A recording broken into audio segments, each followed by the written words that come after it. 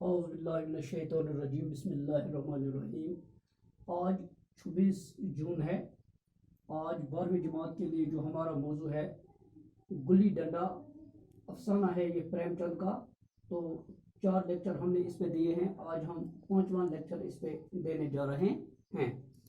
تو اس سے پہلے کہ گیا نے جب پریم چند کو پیٹا تو گیا روتے روتے گھر بھاگ گیا اور اس نے اپنے آنسو پوچھ لیے اور کسی سے کوئی شکایت گھر میں نہیں کی۔ تو آج اس سے ہم آگے بڑھتے ہیں۔ پریم چند کہتے ہیں کہ انہی دنوں، یعنی کہ جب وہ گلی ڈنڈا کھیل رہا تھا بچوں کے ساتھ، تو انہی دنوں والد کا تبادلہ ہو گیا، یعنی کہ اس کے باپ کی تبدیلی ہوئی، اس کے باپ کی ٹرانسفر ہوئی۔ تو پریم چند کہتا ہے کہ نئی دنیا دیکھنے کی شوق میں وہ خوشی سے پھولے نہ سما پایا تھا، یعنی کہ جب اس کو پتا چلا کہ والد کا تبادلہ ہو گیا ہے، اس کی تبدیلی ہوئی ہے، کسی دوسری جگہ اس کی ڈیوٹی ہے، تو وہ خوشی سے جھوم رہا تھا، وہ خوشی سے پھولے نہ سما پایا، یعنی کہ بہت خوشی تھی، اور اپنے ہمجولیوں سے، اپنے ساتھیوں سے اس کو جدا ہونے کا بالکل بھی غم نہیں تھا۔ تو والد صاحب افسوس کر رہے تھے کہ جب والد صاحب کو پتا چلا کہ اس کی ٹرانسفر ہے، اس کی تبدیلی ہے، تو وہ افسوس کر رہے تھے۔ کیوں افسوس کر رہے تھے؟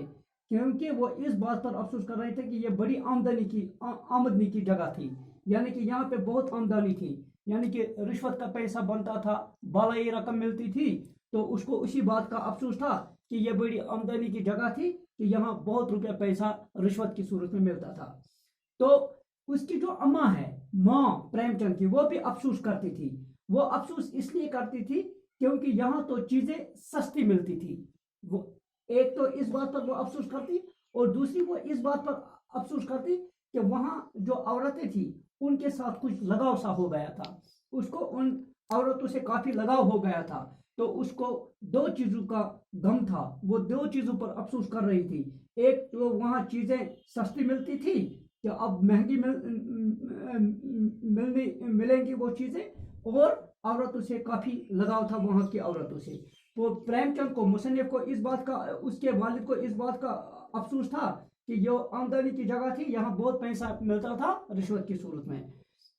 لیکن اس بچے کو، یعنی پریم چند کو، خود اس بات کا کوئی غم نہیں تھا۔ وہ لڑکوں سے شیخی بگاڑتا تھا، یعنی کہ بات کو بڑا چڑھا کر پیش کرتا تھا، اور وہ ان سے کہتا تھا کہ یہاں جو وہاں جہاں میرے باپ کی ٹرانسفر ہے، جہاں ہمیں جانا ہے، تو وہاں تھوڑی ہی ایسے مکان ہوتے ہیں، وہاں تو اونچے اونچے مکان ہوتے ہیں، کیونکہ ایسے اتنے اونچے مکان ہوتے ہیں کہ وہ آسمان سے باتیں کرتے ہیں۔ یعنی کہ آسمان سے باتیں کرنے کا مطلب یہ ہے کہ یہ محاورہ ہے، آسمان سے باتیں کرنا، بہت اونچا ہونا، یعنی کہ وہاں اونچی عمارتیں ہیں، وہاں بڑے بڑے مکان ہیں، کہ اور ساتھ ہی ساتھ میں کہتا ہے کہ اگر وہاں انگریزی سکولوں میں کوئی استاد بچوں کو پیٹے تو اس کی قید ہو جاتی ہے۔ یہ یہاں نہیں ہے کہ جس طرح یہاں بچوں کو پیٹتے ہیں استاد، اگر جس جگہ مجھے جانا ہے، اگر وہاں کوئی استاد بچے کو پیٹے تو اس کی قید ہو جاتی ہے۔ تو اس کے جو دوست تھے وہ تعجب سے بڑی آنکھوں سے، ان کی تعجب بڑی آنکھیں بتا رہی تھی کہ یہ جو ہمارا دوست ہے یہ ان کی نظروں میں اونچا ہو گیا، یعنی کہ پریم چند اپنے دوستوں کی نظروں میں اونچا ہو گیا۔ وہ سمجھتے کہ ہم تو غریب آدمی ہیں، ہمارا جینا اور مرنا یہاں ہی ہے، ہمارے دوست کو اب اس گاؤں سے جانا ہے، یہ ایک نئی دنیا دیکھنے جا رہا ہے، تو وہاں پہ یہ عیش و عشرت سے رہے گا۔ تو ان کو لگ رہا تھا کہ یہ اب ان کی نظروں میں یہ کافی اونچا ہو گیا تھا۔ اور پریم چند کہتے ہیں کہ جب 20 سال گزر گئے، کہ جب میرے والد کا تبادلہ ہو گیا، 20 سال گزر گئے، تو میں نے انجینئرنگ پاس کی، یعنی کہ اس نے انجینئرنگ کی ڈگری جو اس نے پاس کی، تو یہ بن گیا، ضلع کا مجسٹریٹ بن گیا۔ تو ضلع کا ایک دفعہ کہتا ہے کہ ایک دفعہ مجھے ضلع کا دورہ کرنا تھا، تو چلتے چلتے میں اس قصبے تک آ پہنچا۔ تو جب میں اس قصبے تک آ پہنچا تو اس کی آنکھیں نم ہوئی، اس کی آنکھوں میں آنسو آئے، کیونکہ یہ اس کا آبائی गांव था, ये उसकी आबाई जगह थी कि जहाँ पे उसने अपने जिंदगी का बेशतर वक्त गुजारा था। तो जहाँ ये अपने हमजोली अपने साथियों के साथ गुल्ली डंडा खेल रहा था। और लेकिन उस जगह का नक्शा, प्रेमचंद कहता है कि उस जगह का नक्शा बिल्कुल ही बदल गया था कि जहाँ खंडर थे, जहाँ पे खंडर थे, टूटी फूटी बोसीदा इमारतें जहाँ पे थी, तो वहाँ पे अब पुख्ता इमारतें हैं, वहाँ पे पुख्ता इमारतें हैं। तो प्रेमचंद ने जब छड़ी उठाई, कस्बे के दौरे को निकला, तो देखता है कि अपने कस्बे में जब वो आ पहुंचा, तो वहाँ जिस जगह पे खंडर थे, वहां पे अब पुख्ता इमारतें हैं। और जहाँ पे बरगद का वो पेड़ था, वहां पे एक बागीचा था, एक खूबसूरत बागीचा था वहां पे। यानी कि अगर उसको उस जगह का इल्म नहीं होता, अगर उसके इल्म में वो जगह नहीं होती, तो प्रेमचंद उसको नहीं पहचान पाता। लेकिन चूंकि बहुत सारी निशानियों से वो वाकिफ था, उस जगह की बहुत सारी निशानियां उसके जहन में थी, और उसने उस जगह को पहचाना।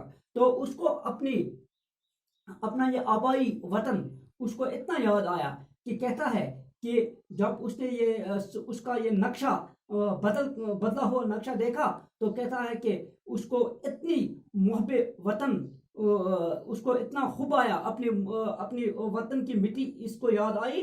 कहता है कि उसका कलीजा फटने को आ रहा था, और कहता था कि मैं इस जमीन के साथ लपक जाऊं और उसको कहूं कि आप क्या, ए मेरी धरती माँ, क्या आप मुझे भूल गई, आप मुझे भूल गई।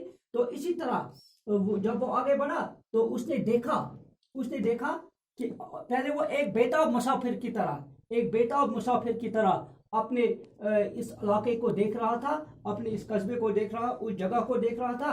तो वहां पे चलते चलते उसने देखा कि बच्चे गुल्ली डंडा खेल रहे थे। तो ये चूंकि अख्तियार और रोब के लिबास में था, यानी कि उसने अपनी वर्दी पहन रखी थी, कि जिस तरह पुलिस वाला अपनी वर्दी में होता है तो लोगों पर वो रोब छा जाता है उसका, तो इसी तरह ये भी रोब और अख्तियार के लिबास में था।